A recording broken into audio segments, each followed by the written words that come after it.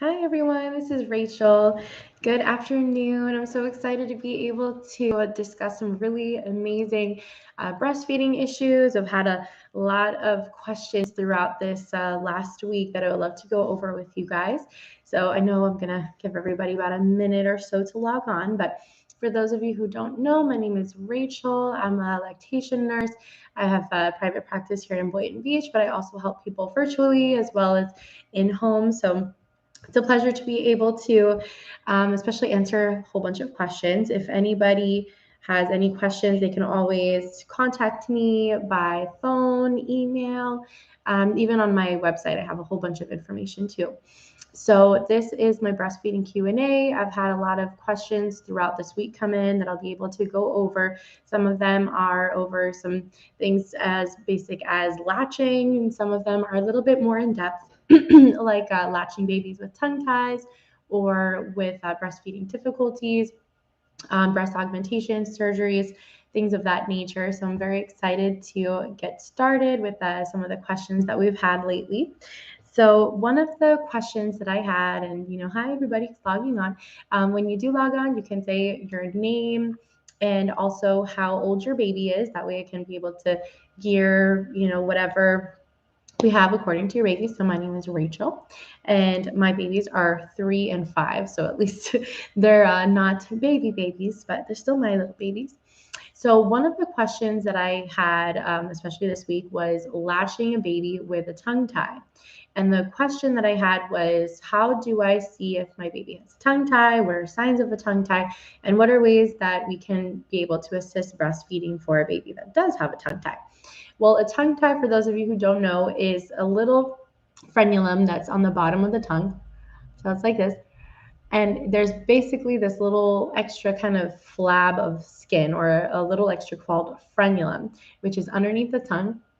So that what ends up happening is as the baby's latching on, it's very difficult for the baby to to really be able to transfer milk, because you want that tongue to be able to extend out of the mouth and then transfer milk as it's coming in. But then what ends up happening with tongue ties is that it becomes a little difficult because the tongue kind of snaps back. So that's what ends up happening with tongue ties, is that the tongue comes, it kind of, instead of going like this in one of these motions, instead it kind of snaps back. So the issue with that is that the babies can't really transfer the milk that effectively. And that's how it ends up having a little issue there with transfer of milk. So there's a few things that you can do. One is you can see if you can be able to train the tongue to come out a little bit better. So we can do that by exercising the tongue with a nice good latch, such as if you bring the baby up, make sure that the tongue is down, make sure that the lips are flanged out, and the baby is really being able to suck and swallow. And as the baby's sucking and swallowing and wide around the nipple as well as the areola, they'll be able to really help, especially if the baby does have that tongue tie, just because the baby's latched well, and it's going to be able to keep the tongue down and make sure that they get as much milk as possible. Another thing you want to do is make sure that if you hear any signs of tongue ties, such as it's kind of like this clicking that happens as well. Then if you're logging on, feel free to use the chat. You can say your name. You can also say how old your baby is, and I would love to be able to assist you in any way that I possibly can. Especially if you have any questions, feel free to ask them as well.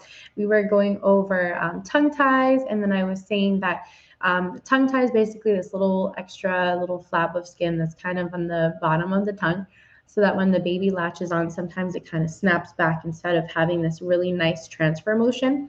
So you want to make sure that the baby's latched on appropriately. Some ways can be making sure the baby's belly to belly, make sure that the head, shoulders, and hips are in alignment so the baby's latched on much better that way.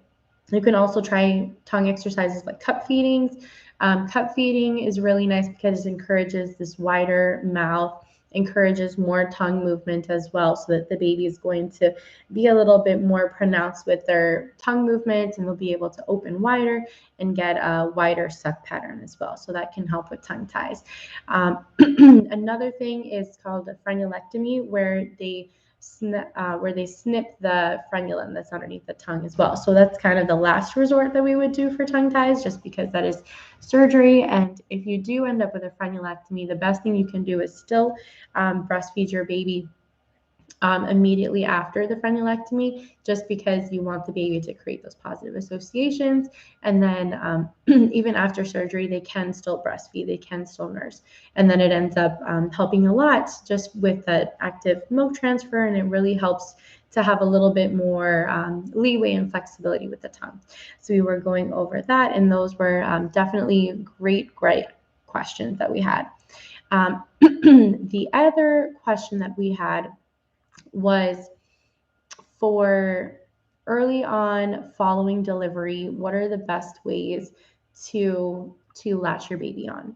So these were questions that people had when they registered for the class. So at least I have some questions going in. And then if you have any questions, feel free to put them in the chat as well. That's why we're here. This is a support group so that you can so we can support each other.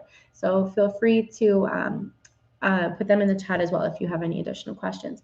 But I did have someone who registered and asked what's the best way to breastfeed following delivery.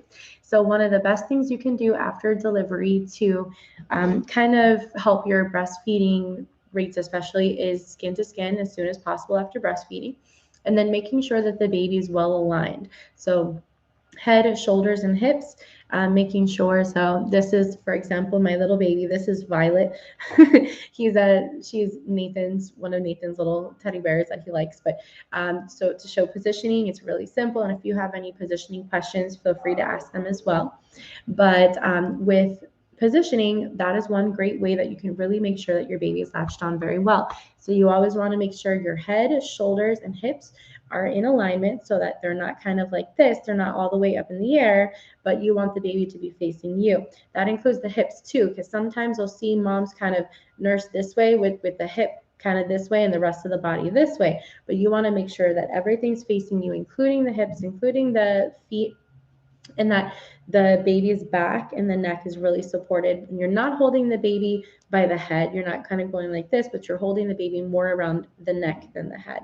And make sure that the body is well supported as well. If you're doing cross cradle, you can do like this with your hand kind of going underneath like this with your thumb here. You can even do the flipple technique. I really like the flipple technique, is when you kind of flip the nipple up so it tips up so the baby kind of follows up as well.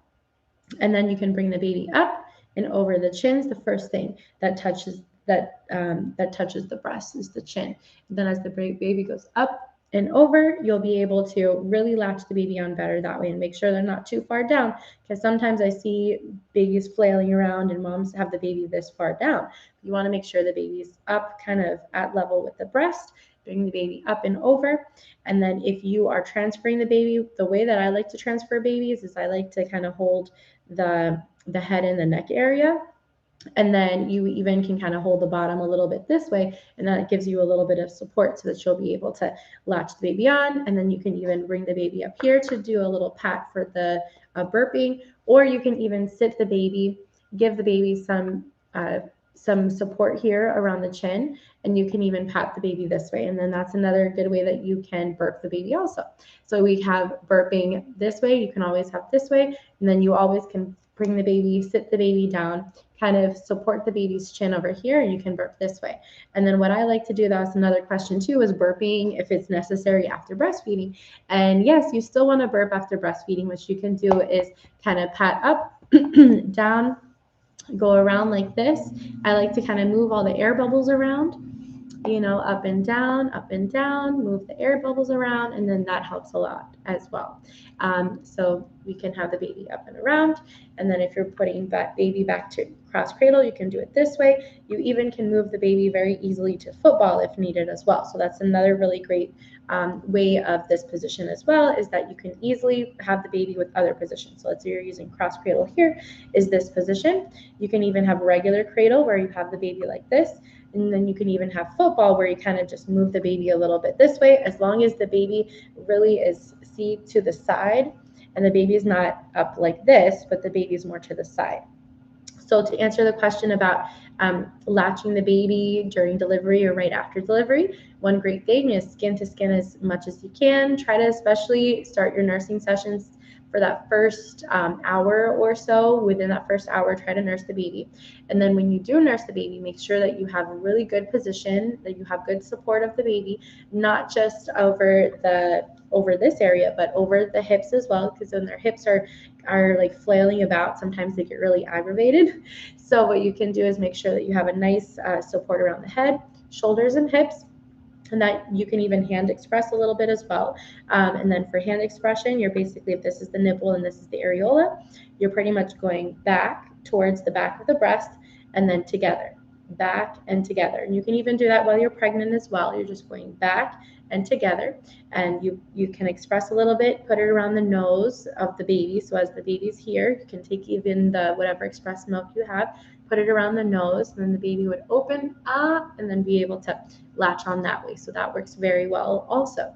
So you always can put it around the nose, get the baby to open nice and wide, and then latch on that way. So that works very, very well. So we have skin to skin, nursing in the first hour, making sure the baby is very well positioned.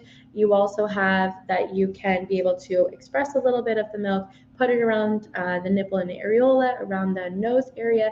When baby latches on, make sure that it's nice and wide, and the baby goes up and over. When you are going to different positions, you also can burp the baby in between breasts. So I like to, especially in the beginning, to establish your milk supply, offer both breasts with each feeding and alternate the breast that you start with. That ensures that you're really going to be able to transfer milk effectively. You're really going to be able to start your milk supply off to the right foot. So alternate the breast that you're starting with, but offer both breasts with each feeding. It normally takes about 24 to, really it depends, but usually it's about 1 to 3 days really to start your mature milk supply when you're exclusively breastfeeding. If you're not exclusively breastfeeding, it can even take 3 to 5 days, so keep that in mind as well. But I did have some great questions about those. So for in the beginning, you want to make sure that you have the baby skin to skin, head, shoulders, and hips are in alignment. You are alternating the breast that you're starting with, but really making sure that you're massaging as well as you're latching the baby on. So you can massage the breast over here. And then in the beginning, babies, they don't eat that much. Their stomach is the size of a cherry. So they really will only have small, frequent meals. So you'll see them eating here, nibbling there, and that's perfectly fine. But you'll want to wake up the baby to feed about every 2 to 3 hours. And then feeds normally last anywhere between 20 minutes to 40 minutes on average, but it could be a little less, could be a little bit more. Sometimes you want a steak and sometimes you want a salad. It really just depends on the baby. And then hi, for those of you just joining, feel free to ask any questions that you have, or your name, how old your baby is. If you've had any questions, feel free to put them on as well. And then another question that I had, so I had questions about positioning, latching, especially first thing right when the baby comes. What are different techniques for latching on the baby? And then I also had questions about increased milk supply if your baby's 6 weeks old and not gaining weight. So that is another question that I get a lot, especially for new moms who want to know, how do you know how much the baby is eating, especially if there's no indicator, like ding, ding, ding, your baby has drank, 1 ounce, 2 ounces. So you want to look at the signs of hydration. So one of the best signs of hydration that you have are diaper changes. So you want to have at least the P's the first week go by the days of life. So if it's your first day of life, you want at least 1 P. If it's your second day of life, you want at least 2 P's, up until the 6th day of life, where it's at least 6 P's. After that, it's about 5 to 6 P's per day, and then about 2 to 3 poops per day. So what you'll see with that is 5 to 6 P's per day, 2 to 3 poops per day. That's your number 1 sign. Number 2 is weight. However, with weight, it's normal to drop about 7 to 10% of your weight for the first few weeks. But then after the second week, your weight should be back to its birth weight. If your weight is not back to its birth weight, you have to think, what is the reason? Is it the baby's not feeding frequently enough? So babies should be feeding about every 2 hours if they're exclusively breastfeeding, max of 3 hours with even, a little bit of break at night, sometimes up to 3-4 hours, but only one time. But you want to make sure they're feeding frequently every 2 to 3 hours during the day, with one kind of 4-hour block at night, as long as they're nice and healthy. And then another one is that you want to make sure that the baby's feeding effectively. So signs of effective breastfeeding can be the lips flanged out, for example. So you want to make sure the top and the bottom lips are both flanged out.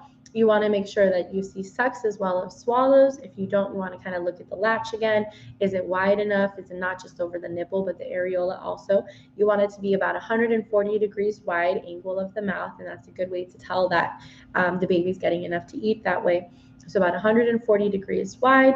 You want to make sure that the top and the bottom lip are both flanged out, that you see sucks, you see swallows, and the baby's using the entire jaw in order to suck. And then for the composition of the breast milk, if you want to produce more milk, you want to put the baby to the breast more often. You always can try looking at the latch. Usually, the majority of the time, if there's an issue with milk supply, it's because there's not as much stimulation as there should be. So you have to think, all right, if baby's not latching on that well, maybe I should pump a little bit to get, that stimulation. Now for pumping, goes into another question, is how long and how often do I pump? When do I pump? Those types of questions. So the rule of thumb is anytime there's less stimulation to the breast, that's when you would want to pump. So if you skip a feeding, if you're out and about and then you end up missing a feeding, that's when you want to pump. Now, if your baby's latched on very well and is, completely milk drunk after your feeding, you don't necessarily need to pump after that feeding. If you feel that the baby did not latch on very well, or you feel that it was not a very good feeding, that's when you can, pump if you wanted to, in order to make up for that lost stimulation. Now for pumping, how long? If you actively pump, if you're actively, massaging as you're pumping, so I don't just sit like there and passively pump. I like active pumping. And you're massaging, you can hold the flanges this way and, actively massage the breast. Most women can get most of their milk out in the first 7 to 10 minutes of actively pumping. So actively pumping means massaging the breast, using all of your senses. You're using sight, you're trying to look at the baby or picture of the baby, a video of the baby. You're using your hearing, you're trying to listen to the baby, you're listening to waterfalls or water movements, raindrops, something along those lines. You're trying to smell as well, so you can always smell a blanket or a shirt, something along those lines to try to help the process along also. So those usually work very well. So you're incorporating all of your different senses, helping with your milk supply, and then make sure that if your baby is not latched on very well, that you do kind of, one, fix the latch, but then two, you always can pump to make up for the lost stimulation. And then another thing you can do is introduce breastfeeding superfoods such as quinoa, avocados, legumes, nuts, fruits, vegetables, different things like that, and that helps. And then another kind of out-of-the-box method that you can use for helping babies gain weight is actually block feedings as well. So normally we want to, this is kind of a different situation, but sometimes babies are losing weight because they're getting too much formula, where it's not necessarily a supply issue because mom has too much supply. It's not that mom has too little supply, it's that mom has too much supply. So if like you're feeding your baby, you have a lot of milk, and no matter what you do, your baby is still not gaining weight, and you're trying to figure out, okay, what can I do to help my baby gain weight? It could simply be that your baby's drinking too much fore milk and not enough hind milk. The way you can tell that is that if you have diaper changes that have a lot of kind of frothy poop that sometimes can even look a little green, that can be a sign of an oversupply and an imbalance of fore milk and hind milk. So if that happens, you'll notice that your breasts are full a lot. Sometimes they don't always feel drained after feeding. Sometimes they might still feel that they're full after feedings. So what you can do is you can put the baby to the breast frequently, but what you can do is block feed. So instead of offering both sides, this is only going for those with an oversupply, not an undersupply. But let's say you have an oversupply.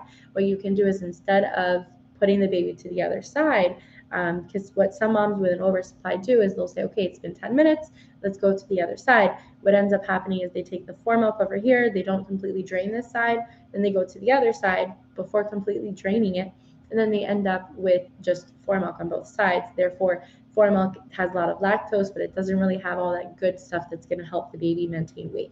So by block feeding, you're only going to feed one side per feeding to completely drain the breast. So you would want to make sure that you're feeding completely block feed this side, and then you can switch over and you can completely block feed this side with the next feeding, completely block feed this side. So what that does is it makes sure that for a certain amount of time, you're continuously draining one breast to make sure that that breast is drained completely. And usually by all the combination of these methods, babies usually do gain weight. Sometimes they're losing weight because it's in low supply. We went over plenty of tips for that. And sometimes they are losing weight because it's an oversupply. And that's kind of an out of the box reason why babies might be losing weight as well, because it's simply oversupply. But those were great questions. Thank you for submitting them. So for another one that I had was for correcting a shallow latch, and how do you know that it is a shallow latch? And that is a very important question as well for figuring out if something's a shallow latch, especially because the more breast tissue is in the mouth, the more milk will be transferred. So if you only have a little bit of the breast inside the mouth, you're not going to have that much milk transfer. And especially if it's shallow, it's kind of like sucking on a straw with a hole in it. So the nipple's not going to be anchored very well. Baby's going to be having issues maintaining that suction and maintaining that seal. Baby's going to have more gas and not going to be transferring milk that effectively. So signs of a shallow latch, of course, is pain, because you should not have pain while you're breastfeeding. But if you do have pain, you have to think to yourself, all right, why do I have this pain? You might feel tugging, but you should not feel like a sharp pinching. If you feel a sharp pinching, you probably need to readjust yourself, the positioning, maybe readjust the latch, get the baby on a little bit deeper that way so that you're not pinching. Another way to tell is if baby gets weird, like clicking noises as the baby's nursing. So they should not have like these types of clicking noises. Instead, they should have nice sucks, nice swallows. If you see that the baby's sucking, doesn't have that much swallows, that could be an indication of a shallow latch as well. And then another way that you can tell that's not necessarily something that people tell you about is actually the shape of the nipple after you finish feeding. So normally it should be nice and rounded. If you see that the nipple shape is kind of slanted, like a tube of lipstick, that is another indication that it is that it's too shallow as well. But these were all good questions. For the moment, I don't have any more questions. But if you did have any more, you always can register for the next live class, the next Q&A. You also can register. I do have live prenatal classes, online ones, and consultations. In the description, it has the whole calendar of the next classes and a whole bunch of resources as well. But I just wanted to say it was a pleasure. Thank you for joining in, and I hope you guys have a great rest of the day. Bye-bye.